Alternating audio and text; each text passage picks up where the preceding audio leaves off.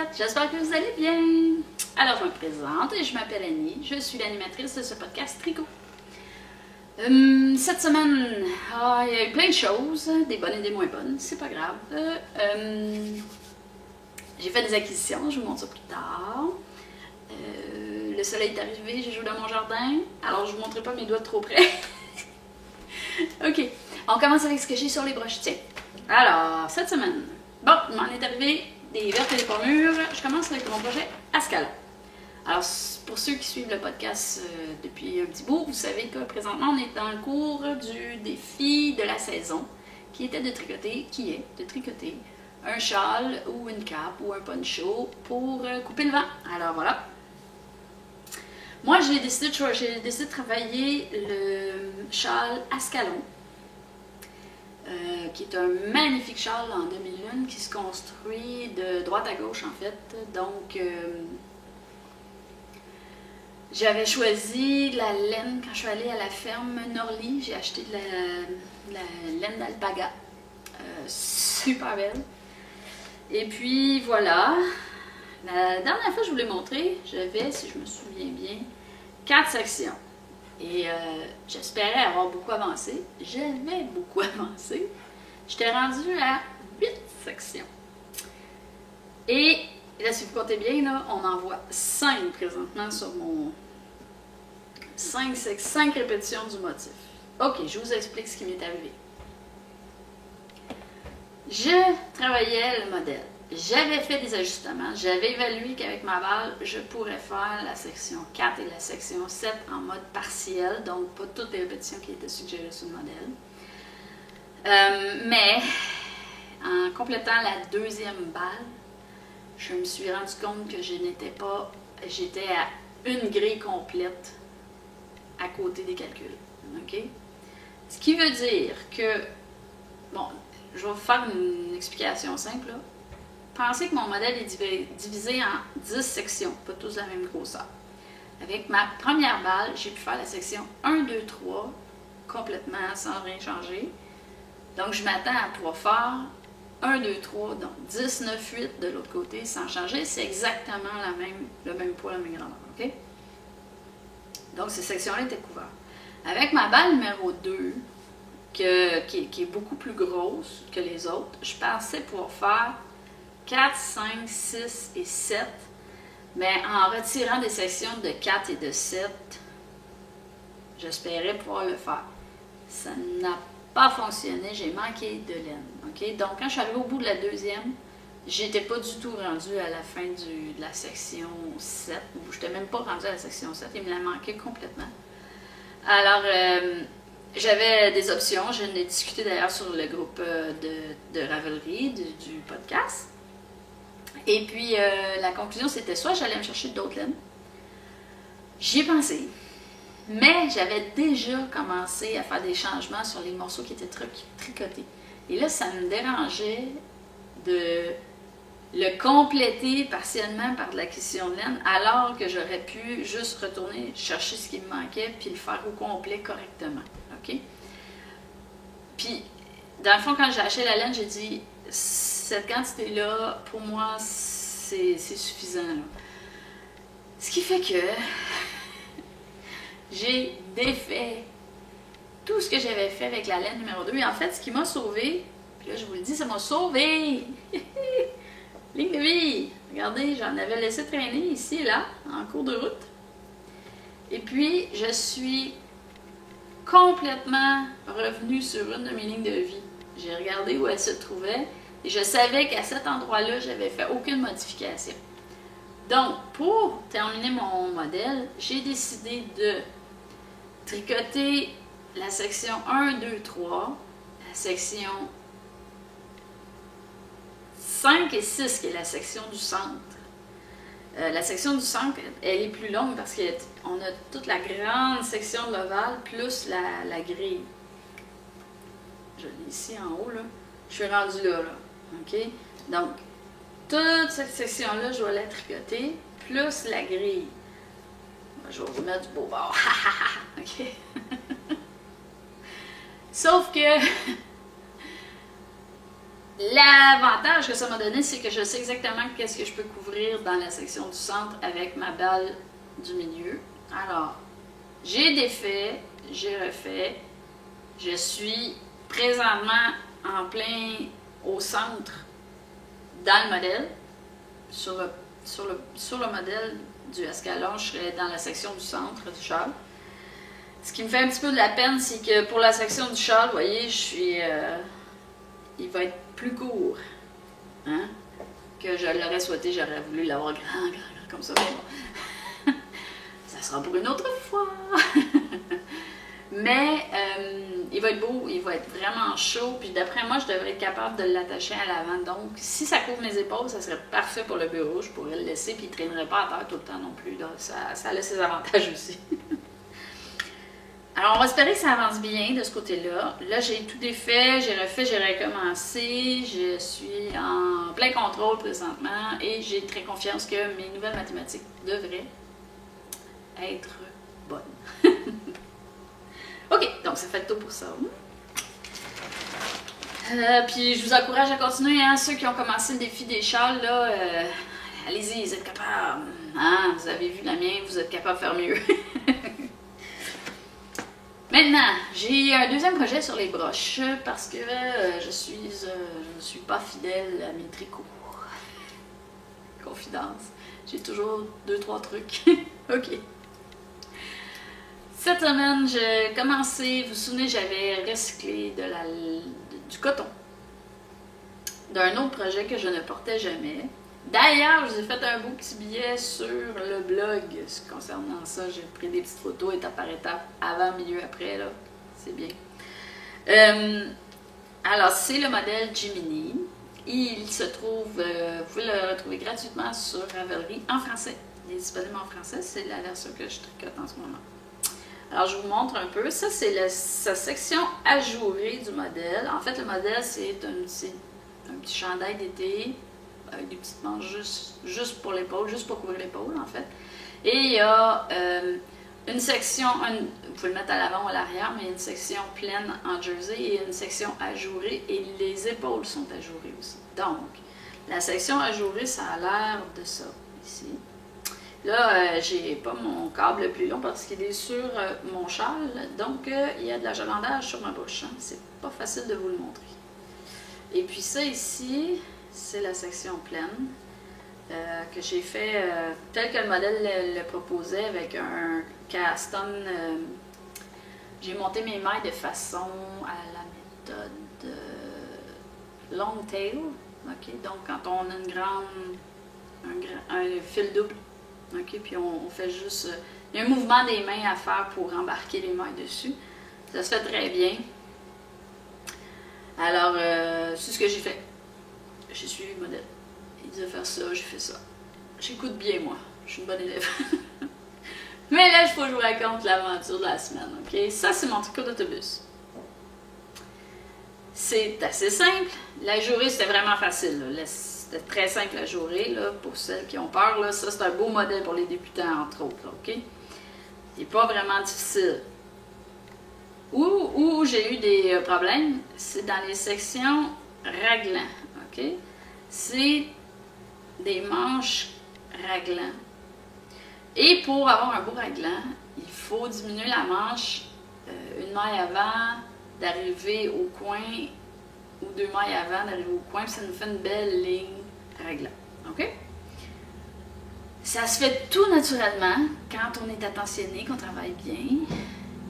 Quand on a eu une mauvaise journée, qu'on vient dans l'autobus, puis qu'en même temps qu'on tricote, on raconte nos mauvais coups, nos chicanes, nos désaccords, et puis là, le lendemain, tout s'est réglé, on est content, là, ça va bien, là, ça avance bien, OK? Mais là, cette semaine, j'étais arrivée au week-end, et j'ai décidé d'écouter la télé, tranquillement, et de regarder ça, compter mes mailles, et tout. Mes raglans, ils étaient vraiment pas belles. OK? Je sais pas pourquoi. Ben oui, je sais pourquoi. Je n'étais pas attentionnée, j'ai pas fait attention. C'était pas grave. Je corrigeais la rang d'après. Ce qui a fait que j'avais vraiment une ligne qui n'était pas droite. J'avais des augmentations un petit peu. Un rang, j'avais oublié l'augmentation. Donc, j'avais pas le bon nombre de mailles. Ma ligne n'était pas belle sur le coin. Sur les coins, il y en a 4. Et puis là, j'ai commencé à essayer de le réparer. Donc, je détricotais la section du coin, puis j'essayais de la refaire. Mais ça faisait qu'il y avait un rang beaucoup plus lousse. La maille était plus grosse. Bon. J'étais découragée. Hier, je me suis tannée. Ah, puis j'avais pas mis de ligne de vie. Hier, je me suis tannée. J'ai pris mon aiguille, comme ça ici. Je suis allée au centre de mon tricot et j'ai tout repris, maille par maille, le centre de mon modèle.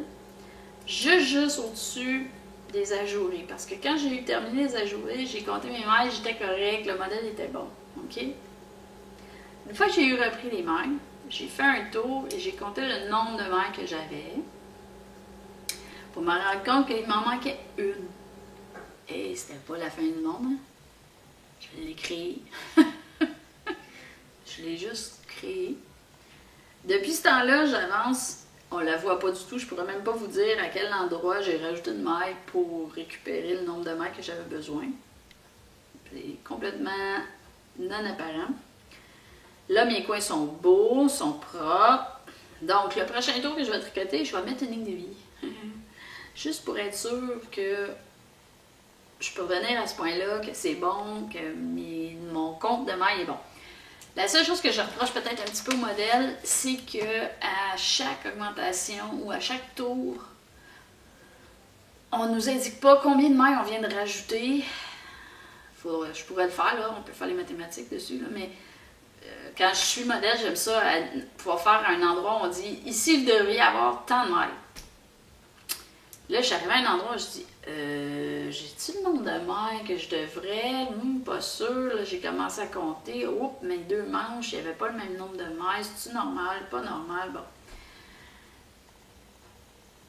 C'est la seule chose sur un modèle que je trouve difficile. Là. Il n'y a pas d'indication du nombre de mailles après la répétition de, je sais pas moi, le premier tour d'ajouré, par exemple. Moi, j'ai fait 2 tours d'ajouré. Donc, le premier tour d'ajouré, j'aurais voulu pouvoir dire combien j'ai de mailles.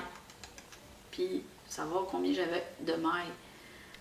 Mais je pouvais pas. Il aurait fallu que je le compte sur le modèle, je sorte, je nombre de tours, puis tout ça, pour avoir mon chiffre. C'était pas écrit en clair dans le modèle. Alors voilà, mais je l'ai fait quand je suis arrivée au point où j'ai voulu défaire. J'ai fait les mathématiques qu'il fallait et je peux vous garantir que présentement, j'ai exactement le nombre que je m'attends à trouver. Proportions sont bonnes. OK? Alors voilà! Ça fait le tour de mes projets sur les broches. J'ai pas de projet terminé. C'est pas vrai. C'est pas vrai. OK, je corrige. J'ai un projet terminé. Cette semaine, j'ai eu le plaisir, OK, de tomber complètement instantanément sur quelqu'un qui m'invitait à participer à la semaine des blogs de crochet et tricot 2014. OK? Alors, je vous explique. Moi, je podcast beaucoup, je vous l'avais dit, j'écris pas beaucoup de messages sur mon blog parce que je suis plus une placoteuse, une jaseuse, que écrivaine. OK? J'ai pas beaucoup de talent pour l'écriture. Alors, je vous épargne. Mais c'était une idée super agréable. OK? Le but c'est Eskimimi, OK, qui a son propre site, elle vend des patrons, bon, tout ça. Et elle a mis en place cette semaine-là pour encourager les blogueuses tricoteuses à mettre de la variété dans les billets de blog. OK? On a tendance à faire tous à peu près la même sorte de billets, la même sorte de... Bon. OK? Puis je pense qu'elle n'a pas tort, c'est vrai. On a tendance à faire ça. Il y en a qui sont très éclatés, puis tant mieux, ils sortent du lot, mais c'était pour nous pousser à essayer des choses. OK? Puis il y en a là-dedans que j'ai adopté, puis que quand je vais faire des trucs, je vais essayer d'intégrer ça parce que je trouvais que c'était agréable comme idée. Et le but de la semaine, c'était d'écrire un billet de blog chaque jour, pendant 7 jours. Hey, ça, c'est difficile pour moi, là. OK? C'était tout un défi. C'était plus difficile que tout ce que j'ai tricoté à date. OK? Et l'idée, c'était qu'à chaque jour, elle nous mettait au défi de faire quelque chose de différent. OK? Donc, elle nous mettait en contexte et on devait écrire un billet en fonction d'eux. D'ailleurs, vous allez trouver sur mes billets de cette semaine un billet en hommage à ma grand-mère qui m'a montré à tricoter. Vous allez trouver un billet où j'ai un échange avec ma lampe de travail, que vous ne voyez pas, mais qui est très maganée, ok? Vous allez avoir un billet sur un de mes projets qui veut se présenter sur un site de rencontre, ok? Donc, c'est vraiment très drôle. Et puis après, on s'est amusé, j'en ai profité avec le billet pour nous inviter à travailler avec les outils d'image pour faire des photos, jouer avec vos photos, vos présentations d'images. Je l'ai utilisé pour le cadre du billet que j'ai écrit pour le recyclage de ma laine, recycler de la laine d'un projet antérieur. J'ai fait un beau petit billet là-dessus. Et puis voilà, puis j'ai fait même un petit sondage où je vous pose des questions, vous cochez et selon les réponses que vous me donnez, je vous attribue un niveau de tricoteuse, ok? Puis pour vous rassurer, pour ceux et celles qui l'ont fait, là, je suis pas un tricot mentor. Je suis une tricot conquérante en ce moment et je vis ce tricot mentor, mais pas pour cette année, je pense. Ok? C'est pas grave. Alors voilà. Ça, c'était vraiment, vraiment plaisant à faire, vraiment amusant. Ça va me forcer à jouer différemment sur mes billets de blog. Et puis, c'est drôle parce qu'il y avait un des billets où on nous invitait à faire un vidéoblog ou un blog podcast. C'était loin de me sortir de ma zone, en fait. Donc, j'ai opté pour le petit sondage qui, lui, m'a demandé tout un après-midi de travail. Donc, donnant. J'ai trouvé ça super le fun et agréable. Le dernier billet, c'était qu'est-ce que vous aviez fait dans le passé pour ceux qui les avaient fait les années d'avant. Moi, c'est la première année que j'avais fait. Je ne l'avais jamais vu, cette petite semaine-là. OK? Et fallait expliquer ce qu'on espérait du futur. OK? Donc, qu'est-ce qu'on espère réaliser dans la prochaine année. Puis, probablement que l'année prochaine, quand on va refaire la semaine, on va pouvoir expliquer nos réalisations par rapport à l'année d'avant. OK? Donc, je vous ai mis... Je vous ai mis mes objectifs de l'année. Je pense qu'il y en a sur celles où il y a des objectifs qui vont s'atteindre, mais il y en a d'autres qui vont être plus difficiles. Ok, le temps avance et puis je voulais vous montrer. J'ai fait des achats cette semaine. Oui. Et puis je me suis gâtée. Je vous en montre un petit peu cette fois-ci. Je vous en montrerai sur le prochain billet, sur le prochain podcast, mais je trouvais ça super intéressant. Ok. Je vous ai dit, j'ai présentement mon Gemini sur mes broches achalandées pour l'autobus, mais on s'entend que ça sera probablement pas possible de le traîner dans l'autobus jusqu'à la fin du projet, je pense pas. Alors, je me suis acheté de la laine à barre parce que là, j'en avais plus. OK? Alors, je vous montre. J'ai tout d'abord acheté le Dragonfly Fiber, c'est le Bad Mood Rising. C'est un laine qui est teinte qui est produite par quelqu'un de la région de Washington aux États-Unis. J'ai choisi le Dragon Sock, c'est 100% Superwash Merino, j'en ai pour 390 yards, ok, donc c'est suffisant pour faire une paire de barres. Et puis voilà, ça c'est ma couleur. Il y a de l'orangé, il y a du mauve, il y a du gris, il y a du jaune. Probablement pas moi celui-là. Voilà. Alors ça c'est mon premier achat. Mon deuxième achat. Et là c'est super le fun de vous montrer parce que je connaissais pas. C'est couleur mouton. Ça vient de... C'est produit par Daniel de Saint-Jérôme. Alors j'ai choisi la couleur Mur Sauvage. C'est ceci. Alors c'est mauve. C'est du mauve et du vert jaune, du vert lime. OK? Très, très, très joli. Et c'est un mélange mérino-nylon. Donc, celui-ci, j'ai des filles qui ont manifesté de l'intérêt pour. C'est pas clair encore. Alors voilà, ça fait le tour pour aujourd'hui.